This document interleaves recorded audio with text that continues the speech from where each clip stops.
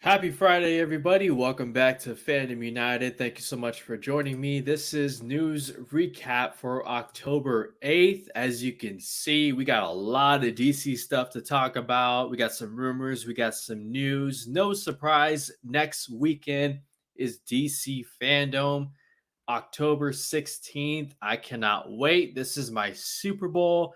This is my Oscars. DC Fandom is the event of the year for me. I cannot wait.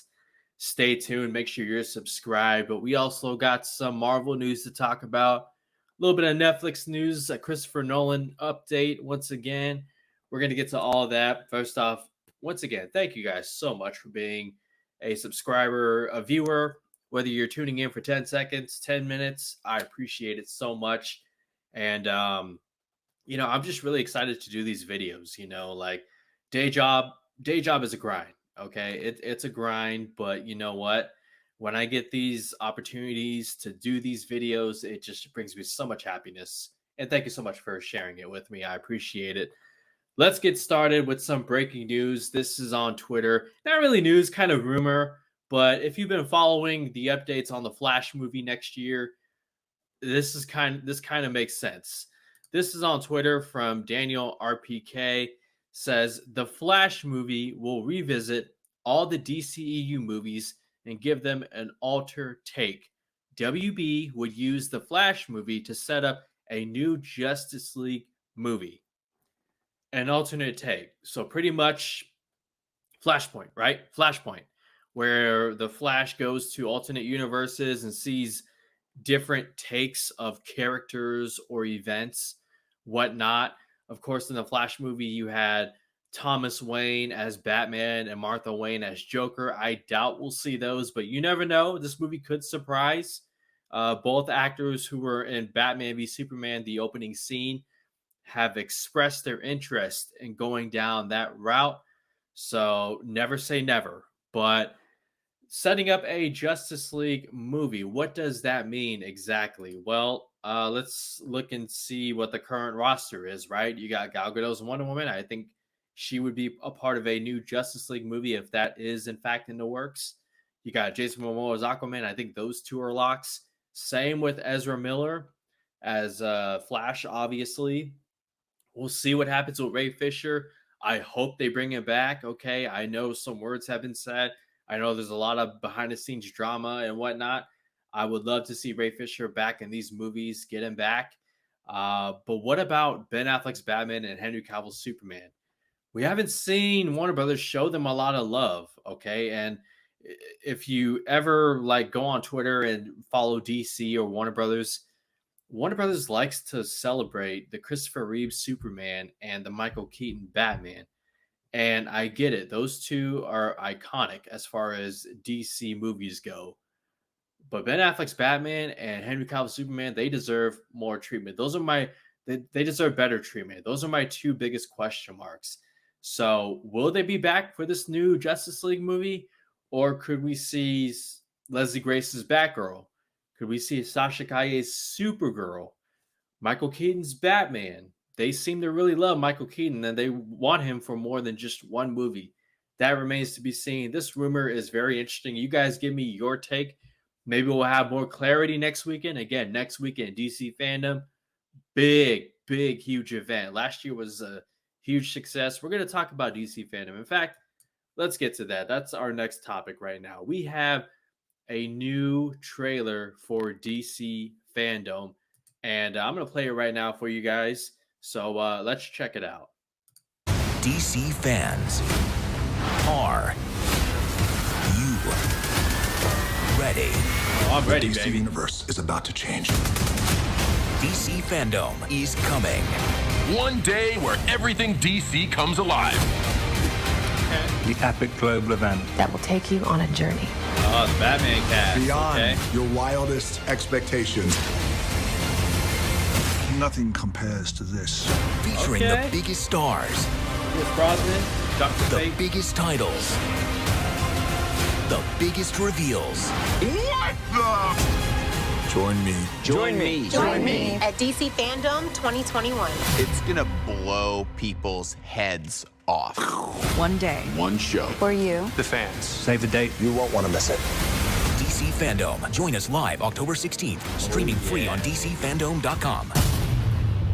And be the first to see the new trailer. There it is right there. Official announcement of a new trailer at DC Fandom. Can't wait. Last year, like I said, was so much fun. And the fact that Matt Reeves only shot 20% of the Batman and still gave us a trailer, one of the highest viewed trailers in YouTube history. I mean, wow, I can't wait to see what this next one does. Maybe we'll get more Paul Dano's Riddler. But you saw a lot of Batman there, a lot of Black Adam, obviously Dwayne Johnson. Of course, when you have him on your roster, you're going to market the hell out of him. Not that he needs to be marketed, but some surprise announcements. Could we be getting David Ayer's Suicide Squad? I'm a believer. I'm looking at everything that's happened recently. David is a lot more active on Twitter. David Ayer, the director of 2016 Suicide Squad, he's a lot more active on Twitter. And the fact that I think it was Variety or the Hollywood Reporter asked the cast of James Gunn's The Suicide Squad, would you want to see the Ayer cut? That's a major trade, asking the cast of a big time movie about the Ayer cut, David Ayer's Suicide Squad. So I'm crossing my fingers with that, but I want to bring up this image right here. We got a little sneak peek behind the scenes of Dwayne Johnson's Black Adam. We're definitely getting a trailer next weekend, guys. We are getting a trailer, and that's what I want to see from Dwayne Johnson's Black Adam. Okay, I don't want the family-friendly comedic Dwayne Johnson that we've gotten from, the Jumanji movies, the Journey movies, Central Intelligence, whatnot. I want the Dwayne Johnson. He did a small movie called Faster, 2009's Faster. And I want to see that intensity in Black Adam. I got a lot of high hopes for that movie. And Pierce Brosnan as Dr. Fate, that's going to be awesome. So yeah, we will probably get more clarity regarding the Flash movie. We will get more clarity next weekend, and it'll be an exciting time. I will be covering DC Fandom on this channel as well as Apocalypse movies, and we got some giveaways, baby. Hell yeah. So I don't care where you live. If you live in the US, the States, if you live overseas, stay tuned. Subscriber giveaways. It's on, baby. It is on. I can't wait. All right. I forgot to bring this up right here. Peacemaker. Check that out. Little poster right there. We'll get more footage next weekend. That's going to be awesome. John Cena, he killed it. He was great in the Suicide Squad. And excited to see more of him. But we're going to stick with DC. We're going to hear from Ben Affleck himself. He already shot his small part in the Flash movie, and he talked about it recently at I think it was for the Tender Bar, Prime Video's Tender Bar, red carpet, and he was asked about his experience shooting reprising his role as Batman in the Flash. Here's Ben Affleck. So you're playing Batman again in The Flash. What's that feeling like? It was a lot of fun. I had a great time. Yeah. I'm probably under some gag order I'm not even aware of. That's I probably just violated and I'm now going to be sued. But I think it was fun. I will say it was really fun. I love Ezra, and I had a chance to see Jason, who's over there making Aquaman, and him and his kids, and it was lovely. It was really a really nice way to revisit that as the prior experience had been difficult. This was a good experience. This was lovely. Yeah, really fun. Oh, man. Shots fired. But it's nice to see Ben Affleck having a good time again playing Batman. That's the way it should be, okay? We've already talked so many times about that time between 2016 and 2018 for Warner Brothers and what that was like. But nevertheless, this gives me even more hope. And I'm a believer that Ben Affleck will be Batman again after the Flash movie. This won't be a send-off. I know a lot of DC fans are scared about that, guys. But again, the fact that Ben Affleck came back and did some additional photography for Zack Snyder's Justice League, specifically that last scene with the Joker, the nightmare sequence, and the fact that he's so positive about his experience with the Flash. I think he has a couple more years as Batman. And I don't care if you're Marvel, if you're DC, if you're a fan of Snyder or not a fan of Snyder. If you have a few more years of Ben Affleck as Batman, everybody should be on board for that. HBO Max, 6 to 8 episodes, 1 hour each. Do it. Come on, Warner Brothers, do it. Speaking of restore the Snyderverse, hashtag restore the Snyderverse, I want to show you guys this. This is HBO Max's launch in Europe, where they did a video advertising their launch. And I want you to take notice of what movies they're showing and how they describe those movies. Check this out. We've got the most iconic movies coming to the platform in the months ahead, including Joker and Batman vs. Superman. God Batman versus v man. Superman. Day versus night. As well as the global phenomenon that is Zack Snyder's Justice League. Hey! I have a second chance. I am not going to waste it. Beautiful. That is HBO Max / Warner Media acknowledging this movie. This movie right here, guys. This movie right here. This movie. As a global phenomenon. That's it. It cannot be disputed. Cannot be contested. Zack Snyder's Justice League is a global phenomenon. Why am I excited about that? Why am I throwing it in your face? I mean, I'm not doing it as a way to attack. No, not at all. Just an expression, I mean, that's me celebrating this movie. This movie that I was told wasn't real, wasn't going to happen. It's a pipe dream. Give it up. Stop living in the past. Blah, blah, blah, blah, blah, blah, blah, blah, blah. Restore the Snyderverse, okay? That's what a lot of DC fans are calling for. And even casual viewers, general audiences, they want to see more of this. And I champion it. I think there's a place for it on HBO Max. And like I said, if Ben Affleck had a great time doing the Flash movie and he's open, I want to see it. We know Henry Cavill is down. I mean, Jesus Christ, Warner Brothers. Henry Cavill as Superman. Bring him back. Give him more. Please. I'm a believer. I am a believer. And no matter what happens, Zack Snyder's foundation for the DC universe will continue to live on in the movies. In fact, there is a rumor that popped up online earlier this week regarding a standout character in Man of Steel. According to MovieScope, which take this with a grain of salt, it's a rumor. Take the rumors with a grain of salt, but here's the rumor. Man of Steel's Faora is set to return for The Flash. But wait a minute, I thought she died. No, not true. She was sent to the Phantom Zone in the climactic battle for Man of Steel, the third act. She never died. And if you remember Man of Steel, she was one of the standouts. Like, as amazing as Michael Shannon was as General Zod, she kicked just as much ass. She had a line that said, like, a good death is its own reward. And she was a badass. Now, why bring her back in the Flash movie? Well, I think, like the previous rumor said, alternate takes, right? Alternate takes. So maybe in another universe, she wasn't sent to the Phantom Zone. And maybe, this is my dream right here, maybe she gets into a fight with Wonder Woman. How badass would that be, guys? Wonder Woman and Faora going at it? My God.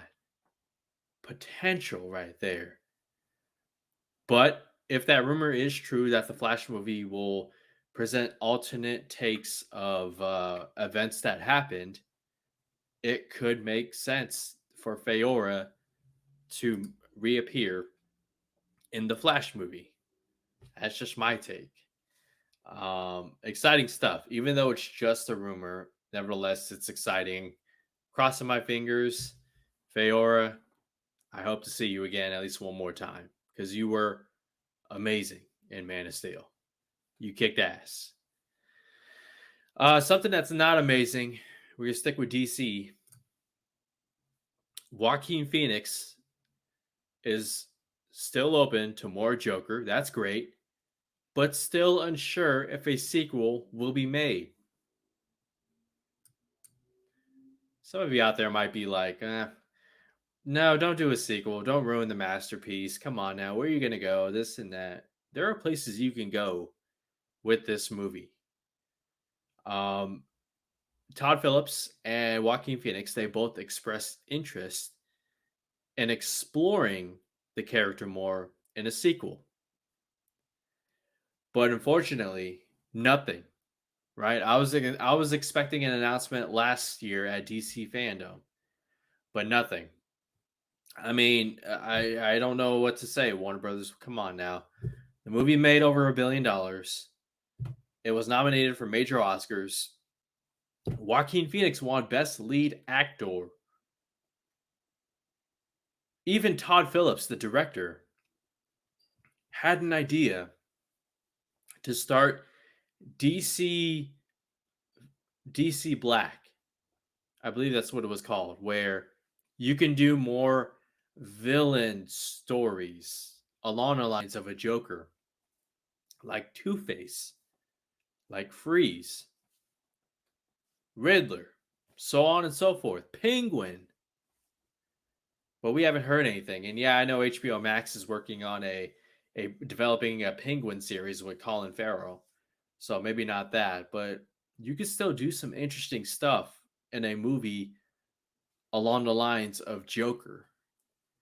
I don't get it. I hope that Joaquin Phoenix is able to make one more with Todd Phillips. I think there are places you can go with Joker. And even if it's not Joker, I would love to see a Two-Face movie. Something about, a court drama and the legal system and whatnot. I think that could be fascinating, in my opinion. But that's a bummer. You would think after $1 billion and major awards that you would do another, but I guess not. We'll see what happens. Fingers crossed. All right, let's go from DC to Marvel. We got one topic, and it's a pretty big one, especially if you're a fan of WandaVision. Agatha Harkness is getting her own Disney Plus series, a WandaVision spinoff starring Catherine Hahn in the works at Disney Plus. This is an exclusive from Variety, so you know there's weight behind it. And honestly, it's not that surprising. It's not. Look, this is exactly what streaming services are for. Giving supporting / side characters who were big standouts their own show. Warner Brothers is doing it with Peacemaker. And now Marvel is doing it with Agatha. And if you weren't a fan of that and you're not really interested in this, that's fine.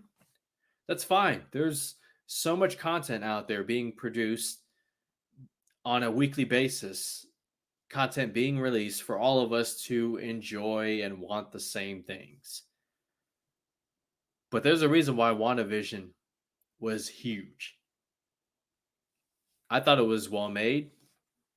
I thought Agatha was great. Catherine Hahn was amazing.